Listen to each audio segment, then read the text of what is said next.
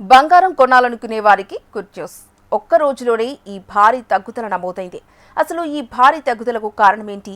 ఇంకా ధరలు తగ్గుతాయా? బంగారం కొనుగోలు చేయాలని ఎదురు చూస్తున్న వారికి ఈ రోజు ఊరటనిచ్చే వార్త వచ్చింది. గత కొన్ని రోజులుగా వరుసగా హెచ్చుతగ్గులు నమోదు చేసిన గోల్డ్ ధరలు ఈ రోజు మాత్రం భారీగా తగ్గాయి.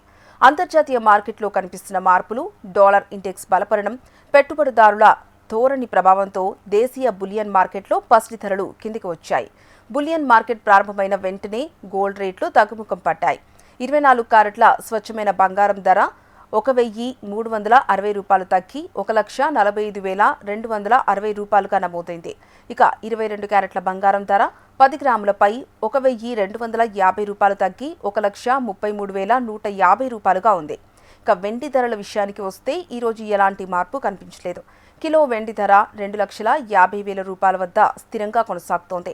దీనికి ప్రధాన కారణాలు అంతర్జాతీయ మార్కెట్ పరిణామాలేనని నిపుణులు చెబుతున్నారు. ముఖ్యంగా అమెరికా డాలర్ బలపడడం, అంతర్జాతీయంగా పెట్టుబడిదారులు గోల్డ్ కంటే ఇతర ఆస్తుల వైపు మొగ్గు చూపడం, ప్రపంచ మార్కెట్లో రిస్క్ సెంటిమెంట్ మెరుగుపడడం వంటి అంశాలు గోల్డ్ ధరలపై ఒత్తిడి తీసుకొచ్చాయి. దీంతో అంతర్జాతీయ స్పాట్ గోల్డ్ ధరల్లో తగ్గుదల కనిపించగా దాని ప్రభావం దేశీయ మార్కెట్ పైన పడింది.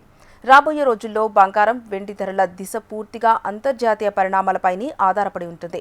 ముఖ్యంగా అమెరికా ఫెడరల్ రిజర్వ్ తీసుకునే వడ్డీ రేట్ల నిర్ణయాలు, డాలర్ ఇండెక్స్ కదలికలు, ప్రపంచ ఆర్థిక పరిస్థితులు, కేంద్ర బ్యాంకులు బంగారం కొనుగోలు చేసే స్థాయి, అలాగే వివిధ దేశాల మధ్య భౌగోళిక ఉద్రిక్తతల ధరలను ప్రభావితం చేసే కీలక అంశాలుగా ఉన్నాయి.